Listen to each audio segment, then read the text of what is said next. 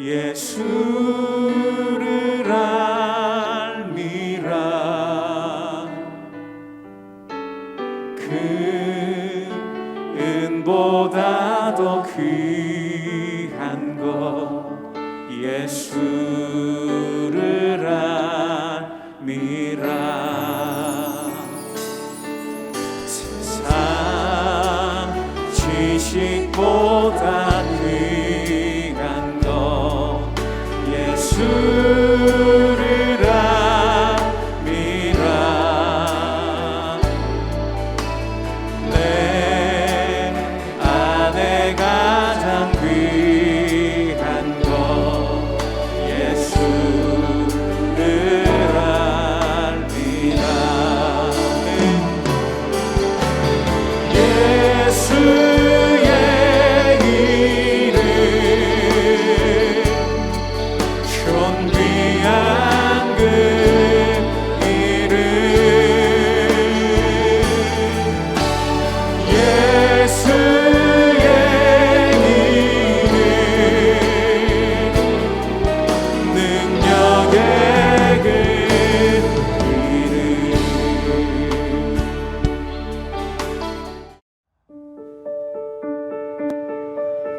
애굽 땅에 사는 모든 유다 사람 곧 믹돌과 다바네스와 눕과 바드로스 지방에 사는 자에 대하여 말씀이 예레미야에게 임하니라. 이르시되 만군의 여호와 이스라엘의 하나님께서 이와 같이 말씀하시니라. 너희가 예루살렘과 유다 모든 성읍에 내린 나의 모든 재난을 보았느니라. 보라, 오늘 그것들이 황무지가 되었고 사는 사람이 없나니 이는 그들이 자기나 너희나 너희 조상들이 알지 못하는 다른 신들에게 나아가 분향하여 섬겨서 나의 노여움을 일으킨 악행으로 말미암음이라. 내가 나의 모든 종 선지자들을 너희에게 보내되 끊임없이 보내어 이르기를 너희를 내가 미워하는 이 가증한 일을 행하지 말라 하였으나 그들이 듣지 아니하며 귀를 기울이지 아니하고 다른 신들에게 여전히 분향하여 그들의 악에서 돌이키지 아니하였으므로 나의 분과 나의 노여움을 쏟아서 유다 성읍들과 예루살렘 거리를 불살랐더니 그것들이 오늘과 같이 폐허와 황무지가 되었느니라. 만군의 하나님 이스라엘의 하나님 여호와께서 이와 같이 말씀하셨느니라. 너희가 어찌하여 큰 악을 행하여 자기 영혼을 해하며 유다 가운데에서 너희의 남자와 여자와 아이와 젖 먹는 자를 멸절하여 남은 자가 없게 하려느냐? 어찌하여 너희가 너희 손이 만든 것으로 나의 노여움을 일으켜 너희가 가서 머물러 사는 애굽 땅에서 다른 신들에게 분향함으로 끊어버림을 당하여 세계 여러 나라 가운데에서 저주와 수치거리가 되고자 하느냐? 너희가 유다 땅과 예루살렘 거리에서 행한 너희 조상들의 악행과 유다 왕들의 악행과 왕비들의 악행과 너희의 악행과 너희 아내들의 악행을 잊었느냐? 그들이 오늘까지 겸손하지 아니하며 두려워하지도 아니하고 내가 너희와 너희 조상들 앞에 세운 나의 율법과 나의 법규를 지켜 행하지 아니하느니라. 그러므로 만군의 여호와 이스라엘의 하나님께서 이와 같이 말씀하시니라. 보라, 내가 얼굴을 너희에게로 향하여 환난을 내리고 온 유다를 끊어버릴 것이며 내가 또 애굽 땅에 머물러 살기로 고집하고 그리로 들어간 유다의 남은 자들을 처단하리니 그들이 다 멸망하여 애굽 땅에서 엎드러질 것이라. 그들이 칼과 기근에 망하되 낮은 자로부터 높은 자까지 칼과 기근에 죽어서 저주와 놀램과 조롱과 수치의 대상이 되리라. 내가 예루살렘을 벌한 것 같이 애굽 땅에 사는 자들을 칼과 기근과 전염병으로 벌하리니 애굽 땅에 들어가서 거기에 머물러 살려는 유다의 남은 자 중에 피하거나 살아남아 소원대로 돌아와서 살고자 하여 유다 땅에 돌아올 자가 없을 것이라. 도망치는 자들 외에는 돌아올 자가 없으리라 하셨느니라. 할렐루야. 오늘도 하나님의 말씀으로 하루를 시작하시는 모든 성도님들을 진심으로 환영하고 축복합니다. 저는 오늘 예레미야 44장 1절에서 14절 말씀을 통해 하나님의 열심이라는 제목으로 하나님의 말씀을 전하도록 하겠습니다. 오늘 본문 말씀은 애굽 땅에 살고 있는 남유다 백성들을 향한 하나님의 메시지입니다. 오늘 말씀에는 남유다가 처한 상황과 더불어 애굽에 살고 있는 남유다 백성들을 향한 하나님의 심판의 이유에 대해서 살펴볼 수 있습니다. 먼저 지금 남유다는 어떤 상황에 처해 있을까요? 오늘 본문 2절의 말씀입니다. 만군의 여호와 이스라엘의 하나님께서 이와 같이 말씀하시니라. 너희가 예루살렘과 유다 모든 성읍에 내린 나의 모든 재난을 보았느니라. 보라, 오늘 그것들이 황무지가 되었고 사는 사람이 없나니. 남유다는 현재 어떤 상황입니까? 남유다는 황무지가 되었고 남유다에는 사는 사람이 없다고 말씀하십니다. 이 모든 것은 재난입니다. 누가 내리신 것입니까? 바로 하나님이 내리신 것입니다. 하나님은 재난을 내리신 이유에 대해서 예레미야에게 말씀하십니다. 예레미야에게 말씀하시는 하나님의 말씀을 살펴보면 남유다에 살고 있던 백성들의 모습과 애굽에 살고 있는 남유다의 백성의 모습이 크게 다르지 않다라는 것을 알 수 있습니다. 이들은 하나님을 진노케 하는, 하나님을 노엽게 하는 악행을 행했습니다. 한마디로 죄를 짓고 살았다는 것이죠. 이들이 어떻게 살았길래 하나님은 이토록 분노하시고 화내시며 이들에게 재난을 내리신 것일까요? 저는 오늘 말씀에 드러난 남유다 백성의 모습을 통해서 죄를 짓고 살아가는 삶의 특징에 대해서 살펴보고자 합니다. 그리고 우리가 어떻게 하면 죄에서는 멀어지고 하나님께는 가까이 가는 삶을 살아갈 수 있을지에 대해서 말씀을 나누고자 합니다. 첫 번째, 죄를 짓고 살아가는 삶의 특징은 내가 기준이 되어 내 마음대로 살아가는 것입니다. 오늘 본문 3절 말씀입니다.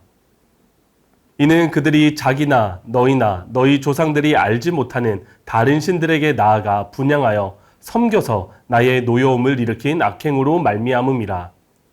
하나님은 십계명을 통해서 분명하게 하나님의 백성들에게 말씀하셨습니다. 너는 나 외에는 다른 신들을 내게 두지 말라. 이 말씀은 출애굽기 20장 3절의 말씀인데요. 히브리어 원어적 의미를 살려 번역하며 나의 얼굴 앞에, 즉 하나님 앞에 다른 신을 두지 말라는 것입니다. 그런데 남유다 백성들은 어떻게 했습니까? 하나님 앞에 다른 신을 두고 섬겼습니다. 사실 남유다 백성들이 행한 일이 그렇게 나쁜 일인가요? 아닙니다. 그 당시 일반적인 사람들에게 신을 섬기는 일은 나쁜 일이 아니었습니다. 신을 섬긴다고 해서 벌 받을 것도 아니고 여러 신을 섬긴다고 해서 벌 받을 일도 아니었습니다. 그러나 다른 신을 섬기는 것이 하나님의 백성들에게 적용된다면 어떻게 됩니까? 그것은 바로 죄가 됩니다. 왜냐하면 하나님이 그 일을 싫어하시기 때문입니다. 하나님이 하나님 외에 다른 신을 섬기는 것을 가증히 여기시고 그것 때문에 분노하시고 노여워하시기 때문입니다. 남유다 백성뿐만 아니라 애굽에 살던 남유다 백성들도 동일한 죄를 범하였습니다. 오늘 본문 8절 말씀입니다. 어찌하여 너희가 너희 손이 만든 것으로 나의 노여움을 일으켜 너희가 가서 머물러 사는 애굽 땅에서 다른 신들에게 분향함으로 끊어버림을 당하여 세계 여러 나라 가운데에서 저주와 수치거리가 되고자 하느냐. 애굽에 살던 남유다 백성들은 자신의 손으로 만든 것을 가지고 하나님처럼 사랑하고 섬겼습니다. 또한 애굽에 있는 헛된 신들에게 분향하며 섬겼습니다. 오늘 본문에서 기록된 분향하다라는 단어는 원래 어디에 쓰이던 단어일까요? 바로 하나님께 제사를 드릴 때 번제나 불살라 드리는 제사에 사용된 단어였습니다. 이들은 하나님 눈앞에서 하나님이 아니라 엉뚱한 것을 섬기고 있었던 것입니다. 여러분, 남유다에 살고 있던 백성이나 애굽 땅에 살고 있는 남유다 백성이나 어떻게 하였습니까? 둘 다 하나님이 싫어하시는 행동을 했습니다. 이들에게는 하나님이 기준이 아니라 자기 자신이 삶의 기준이었습니다. 그러니 자기 멋대로 행동을 한 것이죠. 그것이 바로 하나님이 싫어하며 노여워하는 행동이었던 것입니다. 여러분도 혹시 이것도 죄일까? 이 정도는 괜찮겠지라고 고민해 보신 적이 있으신가요? 하나님이 싫어하는 모든 것은 다 죄입니다. 하나님이 말씀을 통해 하지 말라고 한 모든 것이 다 죄입니다. 이 말은 죄라는 것의 기준이 우리가 아니라 하나님이시라는 것입니다. 여러분은 어떠하신가요? 여러분 삶의 진짜 주인은 누구이신가요? 우리의 삶을 자동차라고 한다면 운전석에서 핸들을 잡고 그 자동차를 마음대로 운전하는 분이 여러분이신가요? 아니면 하나님이신가요? 여러분은 여러분이 삶이라고 하는 자동차에 운전석에 앉아 계신가요? 아니면 조수석에 앉아 계신가요? 여러분, 남유다 백성과는 반대로 우리가 죄에서는 멀어지고 하나님께 가까이 가기 위해서는 어떻게 해야 할까요? 내가 내 삶의 주인의 자리에서 얼른 내려와야 합니다. 내 삶의 주인은 하나님이십니다. 내가 말하고 생각하고 행동하는 모든 기준이 하나님이라고 하는 것입니다. 세상이 뭐라고 해도 하나님이 죄라고 하면 죄입니다. 세상이 뭐라고 해도 하나님이 기뻐한다면 우리는 그대로 행하며 살아야 합니다. 그것이 바로 하나님을 내 삶의 주인으로 모신 사람의 모습입니다. 내가 기준이 되어 내 멋대로 살아가는 모습이 아니라 내 삶의 주인을 하나님으로 모시고 살아가는 저와 여러분이 되시기를 간절히 소망합니다. 두 번째로, 죄를 짓고 살아가는 사람의 삶의 특징은 영적인 감각들이 모두 마비된 것입니다. 오늘 본문 4절 5절 말씀입니다. 내가 나의 종 선지자들을 너희에게 보내되 끊임없이 보내어 이르기를 너희는 내가 미워하는 이 가증한 일을 행하지 말라 하였으나 그들이 듣지 아니하며 귀를 기울이지 아니하고 다른 신들에게 여전히 분향하여 그들의 악에서 돌이키지 아니하였으므로. 하나님은 남유다 백성들이 죄를 지었다고 해서 곧바로 심판하시지 않으셨습니다. 돌이킬 수 있는 기회를 주셨습니다. 하나님은 오늘 본문에 보면 끊임없이 선지자들을 보내라고 말씀하셨습니다. 선지자들을 통해 남유다 백성들에게 돌이키라고, 정신을 차리라고, 그것은 죄라고, 하나님이 싫어하는 것이라고 말씀해 주셨습니다. 하나님은 한 번, 두 번만 남유다 백성들에게 선지자를 보낸 것이 아닙니다. 오늘 본문의 말씀처럼 끊임없이 보내셨습니다. 끊임없이라고 되어 있는 이 단어, 이 원어의 원래 뜻은 아침 일찍 일어나다 또는 아침 일찍 시작하다라는 뜻도 있다고 합니다. 무슨 의미를 담고 있을까요?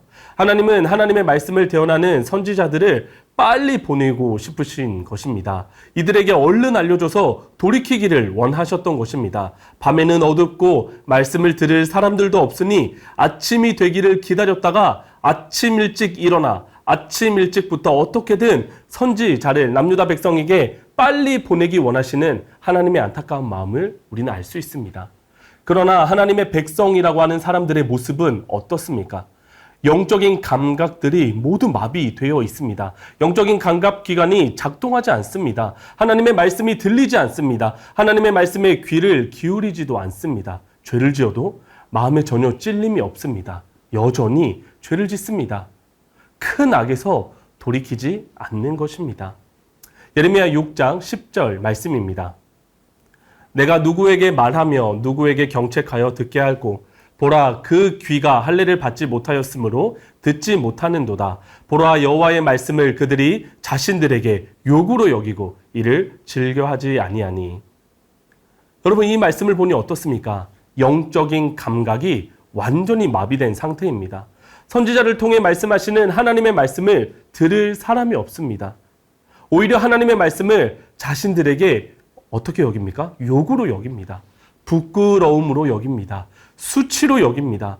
영적 감각이 완전히 마비된 충격적인 상황입니다. 또한 영적인 감각이 마비되었다는 것을 오늘 본문 9절 10절 말씀을 통해서도 알 수 있습니다.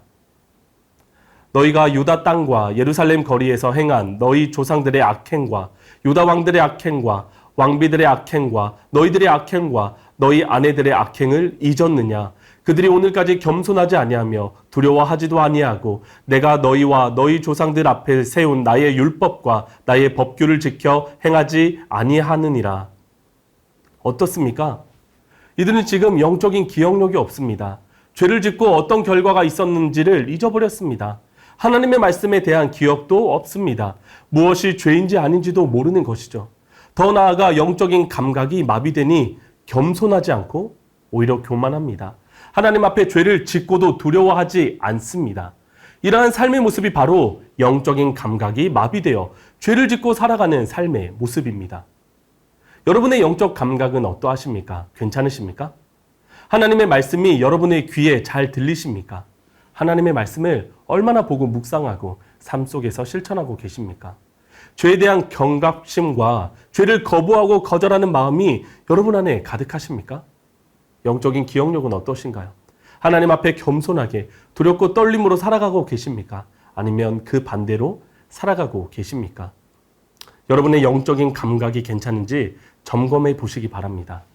그렇다면 여러분, 우리가 죄에서는 멀어지고 하나님께 가까이 가기 위해서는 어떻게 해야 될까요? 그렇습니다. 마비된 영적인 감각을 깨워야 합니다. 어떻게 하면 우리는 마비된 영적인 감각을 깨울 수 있을까요? 예레미야 29장 12절 13절 말씀입니다. 너희가 내게 부르짖으며 내게 와서 기도하며 내가 너희들의 기도를 들을 것이요 너희가 온 마음으로 나를 구하며 나를 찾을 것이요 나를 만나리라. 여러분, 우리가 하나님께 영적인 감각을 깨워달라고 부르짖어야 합니다. 기도해야 합니다. 그러면 하나님이 우리의 기도를 들으실 것입니다. 또한 하나님의 말씀을 듣고 묵상하며 하나님을 온 마음을 다해 구해야 합니다. 그러면 하나님을 만나게 될 것입니다. 그러면 우리의 영적인 감각이 새로워집니다. 예레미야 말씀을 통해서 깨닫게 되는 것이 있습니다. 하나님은 여전히 하나님의 백성들을 너무나도 사랑하신다라는 것입니다. 그렇게 심판하시겠다고 멸하시겠다라고 말씀하시지만 진짜 완전히 멸망하게 하실 것이라면 굳이 예레미야를 통해서 백성들에게 그렇게까지 말씀하실 필요가 있었을까요? 아닙니다. 없습니다. 완전히 멸망케 하실 것이라면 굳이 그런 말씀을 하실 필요가 없었습니다. 그냥 멸망시키면 됩니다. 그러나 하나님은 계속해서 경고하시고 심판의 메시지를 주십니다. 더 나아가 하나님은 남유다 백성들이 회개하고 돌이킨 것이 아님에도 불구하고 하나님은 이들에게 회복의 메시지를, 포로로 끌려가서도 다시 돌아온다는 이 소망의 메시지를 전해주셨습니다. 여러분, 이렇게 하나님의 사랑과 은혜는 무한합니다. 대단합니다. 그때나 지금이나 달라지지 않았습니다. 우리가 죄인 되었을 때 우리를 사랑하시기로, 자녀 삼아주시기로 결정하신 하나님의 사랑은 오늘도 여전합니다.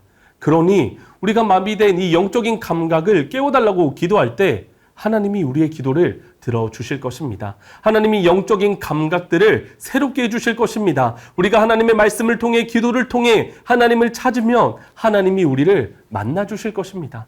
하나님 말고는 우리의 이 영적인 감각을 깨울 방법은 아무것도 없습니다. 하나님께 부르짖어 기도하고 하나님의 말씀을 묵상하고 들으며 하나님을 구할 때 하나님이 우리의 영적인 감각을 깨워주실 줄 믿습니다. 여러분, 이 백성들의 결과는 무엇이었을까요? 오늘 본문 이후에 보면 애굽에 살고 있는 남유다 백성들은 결국 하나님의 말씀을 거절합니다. 듣지 않습니다. 그러니 결국 어떤 일이 일어납니까? 하나님의 심판이 이들에게 주어집니다. 심지어 이들은 하나님의 이름을 부를 수도 없게 되었습니다. 죄를 너무나도 싫어하시는 하나님이 결국 이들을 심판하신 것입니다. 여러분, 우리 또한 사실 그렇습니다. 우리는 죄 때문에 이 죄를 사실 어떻게 할 수 없어서 심판받을 수밖에 없는 존재들입니다. 그런데 우리의 심판을 대신 누가 받으셨습니까? 바로 예수님이 그 심판을 대신 받으셨습니다. 우리가 가진 죄에 대한 이 진노의 잔을 예수님이 십자가에서 다 감당하신 것입니다. 왜냐하면 이 죄는 우리의 힘과 능력으로는 해결할 수 없기 때문입니다. 그래서 우리는 예수님 덕분에 어떻게 되었습니까? 죄의 결과, 이 심판은 다 사라지고 예수님을 통해 죄인에서 의인이 되었습니다. 죄인에서 하나님의 자녀가 되었습니다. 우리의 신분의 변화가 일어난 것입니다. 하나님을 아버지라고 부르며 하나님과 함께 살아갈 수 있는 새로운 삶이 열린 것입니다. 죄에서는 멀어지고 하나님께는 날마다 가까이 하며 살아갈 수 있는 삶이, 아니 하나님이 우리 안에 계셔서 날마다 하나님과 동행하는 삶을 살아갈 수 있게 된 것입니다. 그런 우리들이 죄 가운데 거할 수 있겠습니까? 그럴 수 없습니다. 죄에 대하여 죽은 우리가 어찌 그 가운데 살겠습니까? 여러분, 이 놀라운 하나님의 사랑과 은혜를 기억하며 날마다 죄에서는 멀어지고 하나님께는 날마다 가까이 가며 살아가는 저와 여러분이 되기를 간절히 소망합니다.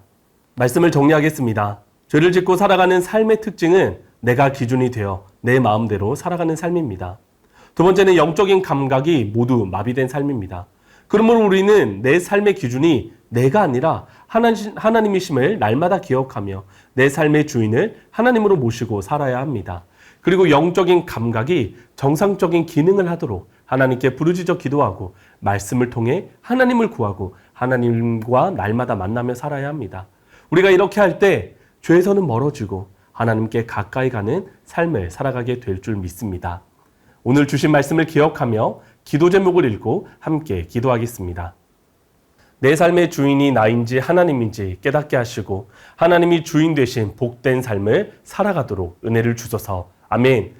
나의 영적인 상태가 어떠한지 깨닫게 하시고 영적인 감각들이 마비되어 있다면 기도와 말씀을 통해서 하나님을 만나 영적인 감각들이 되살아나는 은혜를 주소서. 아멘. 십자가에서 나를 향한 엄청난 사랑을 보여주신 예수님을 기억하며 죄에서는 멀어지고 하나님께 날마다 가까이 가는 삶을 살아가게 하소서. 아멘. 이어서 미래준비팀 여름 캠프와 농촌 선교를 위해서 기도하겠습니다. 농촌 선교가 진행되는 지역마다 선교대원들의 안전과 건강을 지켜주소서. 좋은 날씨를 주시고 하나님이 예비하신 영혼이 복음을 듣고 하나님께 돌아오는 은혜를 주소서. 아멘. 초등 소년부 여름 캠프를 통해 하나님을 인격적으로 만나게 하시고 참여하는 모두가 세상에서 그리스도인의 정체성을 가지고 믿음으로 담대히 살아가게 하옵소서. 아멘. 고등부에서 더 로드라는 주제로 진행하는 여름 캠프를 통해 세상과 다른 예수의 길을 걸어가게 하시고 그 길 가운데 함께 하시는 하나님을 경험하게 하소서. 아멘.